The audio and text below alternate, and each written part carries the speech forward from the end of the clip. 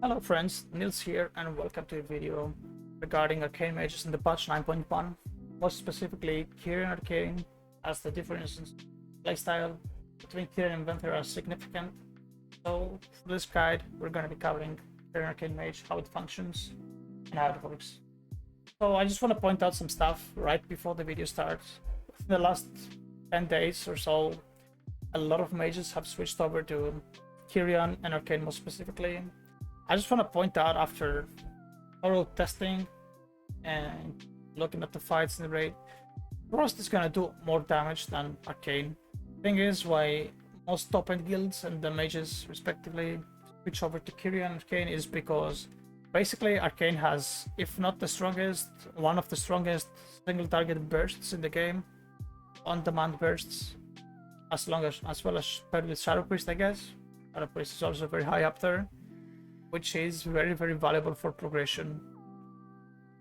Another note, Frost has a lot of consistent single target damage, very good to target clip, probably the best to target clip in the game, and it has a lot of funneling, like when there is ads and stuff, like you can funnel a lot of prior damage into a target. So these are the main differences. All in all, for progression, burst is very valued. Whether, like, for example, you have a mechanic like the shield of Kel'Thas, which you want to burst down or you die, or you want to push the boss before a specific timing to avoid bad overlaps and mechanics. Whatever it is, burst is really usually valued more than damage.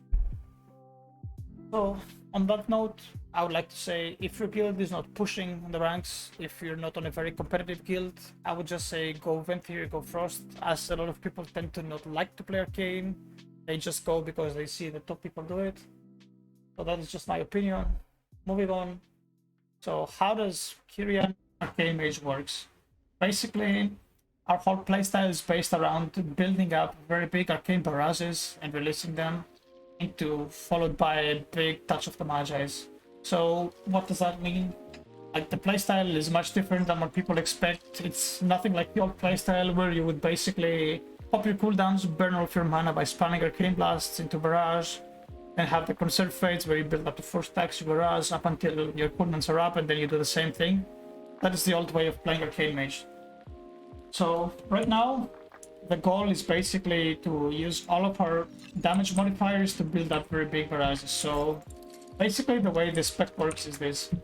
I will just do a very short breakdown of all our abilities for people who might have been playing with the spec for the very first time. So basically, our main Arcane Charge builder is Arcane Blast. We also have Arcane Orb with Talented and Arcane Explosion.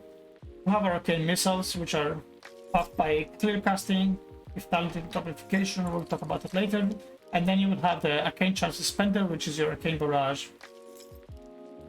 So our legendary choice for Kyrian Mages is Arcane Infinity, or Arcane Harmony if you want.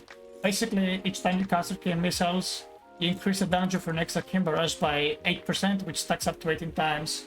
So the main goal is to use this legendary fully stacked up, paired with Rune of Power, Arcane Power, and your Radiant Spark, which is your signature Kyrian ability to create very big Arcane Barrages, followed by big Touch of the Magi explosions.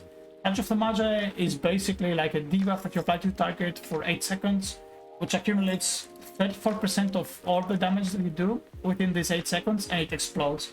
So combining Touch of Magi with your Arcane Barrage gives you very high amounts of burst, cleave, and AoE damage, but outside of that, our AoE damage is not that high as Arcane.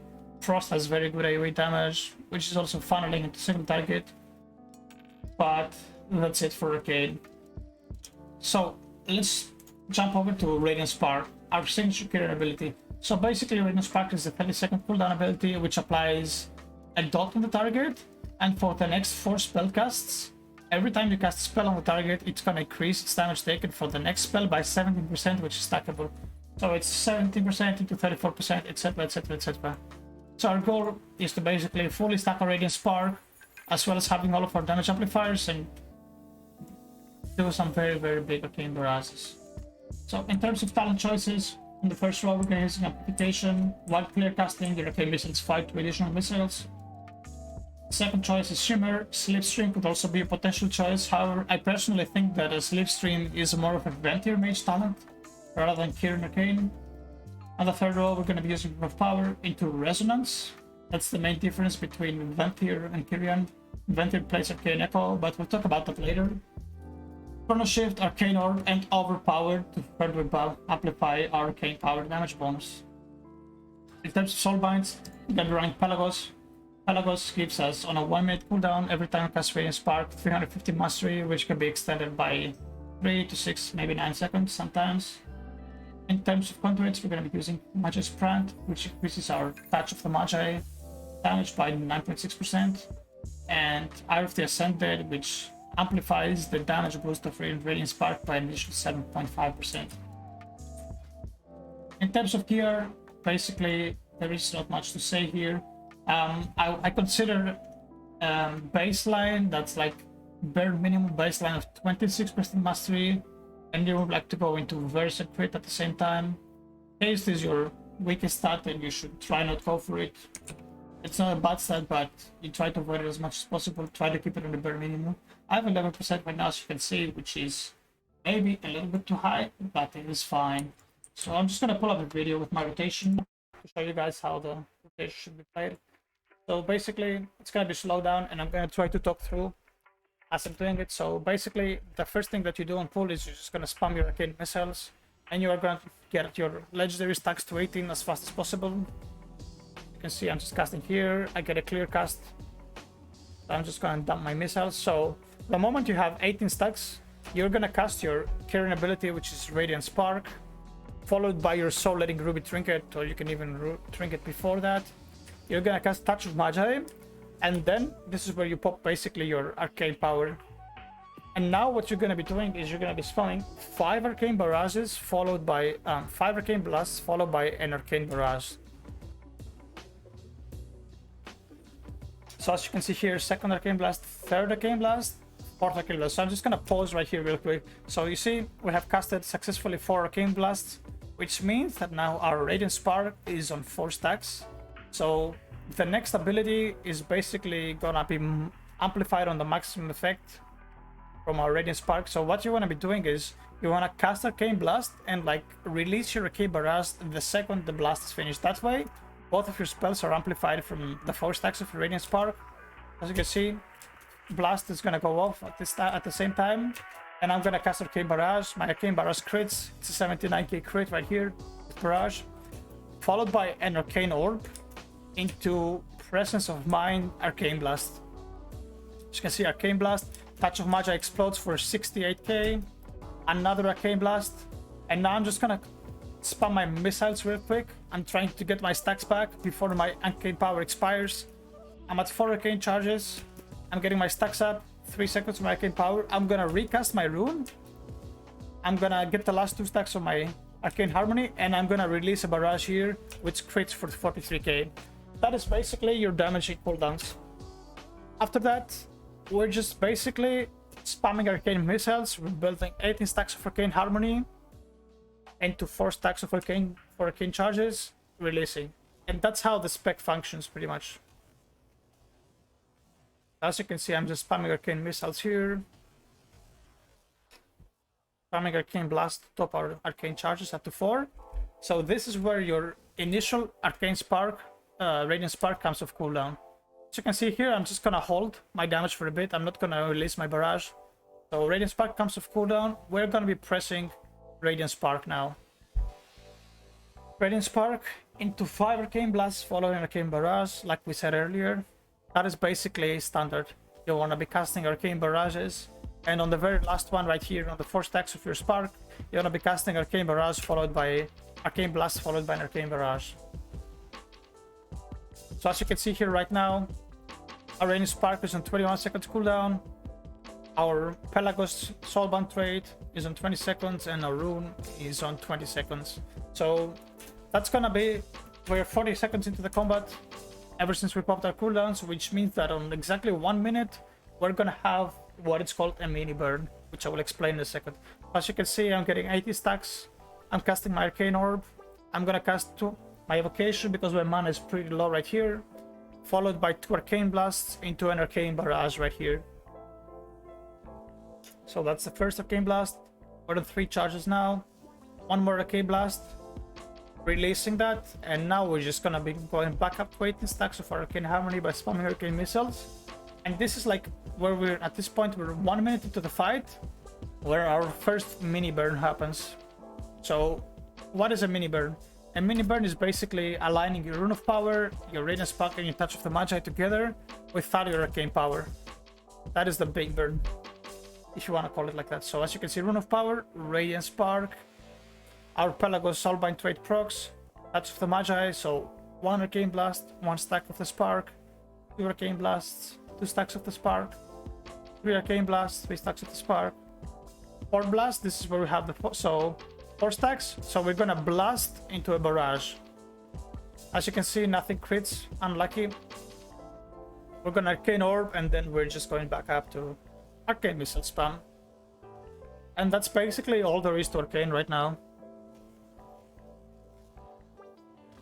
So as soon as our Radiant Spark is off cooldown on 1 minute 30, we're gonna use our Radiant Spark one more time. And then the next time our cooldowns line up, it's gonna be basically everything. You're gonna have your Trinket on 2 minutes, you're gonna have Arcane Power in 2 minutes, and everything is gonna be aligned. Basically, it brings us back to the opening rotation. And that's how the spec functions. As you can see here, I'm gonna cast Radiant Spark right here. This is where I make a mistake. What I should have done here is I should have casted Arcane Orb before casting my Radiant Spark. Because now my Orb consumes 1 stack of my Radiant Spark. It's not that big of a deal, but it's still a DPS loss, so you would rather want to Orb before you cast that Radiant Spark, so you already have 2 charges going into the Spark window. As you can see, 4 stacks, I'm gonna blast into a barrage together. My barrage crits for 33k, that was only my Radiant Spark. So this is where we basically prepare for the big burn again. As you can see, my mana is pretty low, so I'm just gonna try to conserve some mana. I still have my gem, as you can see, I just pressed my mana gem, get some mana back. Basically, what you should know is if you have anywhere from 28 to 30% mastery, 20% mana is enough for your big burn, because you also have the extra mastery from Pelagos. So having 20% mana is gonna be more than enough for your big burn with Arcane Power. Because Arcane Power, when talented, especially with Overpowered, it reduces your mana cost by 50%. And as you can see, 1 second, my evocation on the bottom of my screen is about to come off cooldown after my big burn. So that is basically how Arcane functions. There is a couple of things that I'll let you know, guys, that will possibly help you a lot. So there is a way to fish a clear casting proc on the pre-pull. So let's say that we have a pull 20, right? So what I'm gonna do right here is I'm gonna cast Arcane Explosions, which is also macroed with my food buff. So as you can see, I get a clear casting proc right here. Sadly, the timer is not enough, so I'm just gonna try to get another one.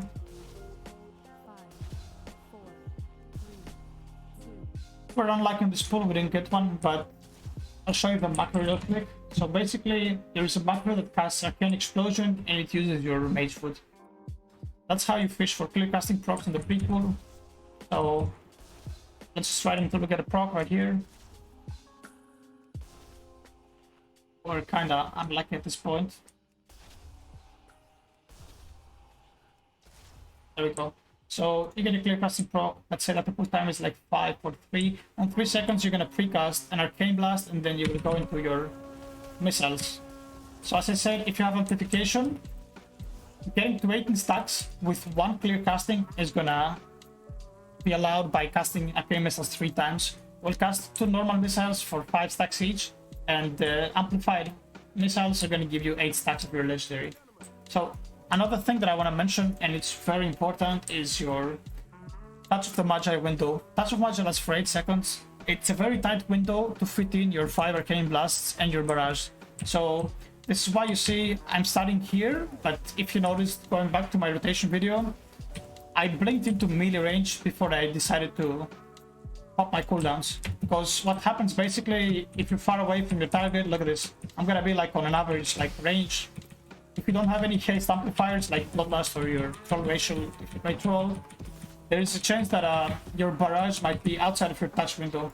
This time it was barely in, but on a real fight where there might be a mechanic or sort, like where you have to sidestep for a second, like that half a second of sidestepping is enough to basically make your barrage not fit your touch of magi window. So there's a couple of ways to prevent it. One, as I said, is to stay on melee range.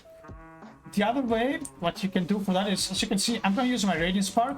So you can cast a Frostbolt to get 1 stack. So if you have 1 stack from a Frostbolt, you can then cast your Touch of Magi, and you have enough time to cast 3 Arcane Blasts into your barrage in the second window of Touch of Magi. Also, if you go back to my rotational video, I used Presence of Mind purely for damage. I just want to let you know, guys, and keep that in mind, as it's gonna probably save you in a lot of situations. The main use of Presence of Mind is for mobility issues. When you want to move through the fight and you want to cast your Arcane Blasts during the touch window, that's mostly why you want to save your Presence of Mind. However, I just want to say that you have to keep in mind that you should have a cancel or a Presence of Mind macro. So let's show this case out. So I cast my very first Arcane Blast, and now let's say that movement happens, right? So movement happens, so I decide to press my Presence of Mind. So I cast one, I cast another one, so I still have 1 stack of my Presence of Mind, while my Radiant Spark would be on 4 stacks. Which means that if I casted my next Arcane Blast, that would be instant. I would consume my Radiant Spark and my barrage would not get amplified by that damage.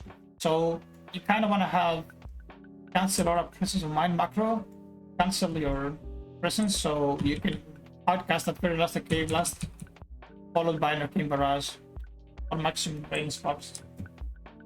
In terms of 9.1 coming out tomorrow, there's nothing really that's really changing.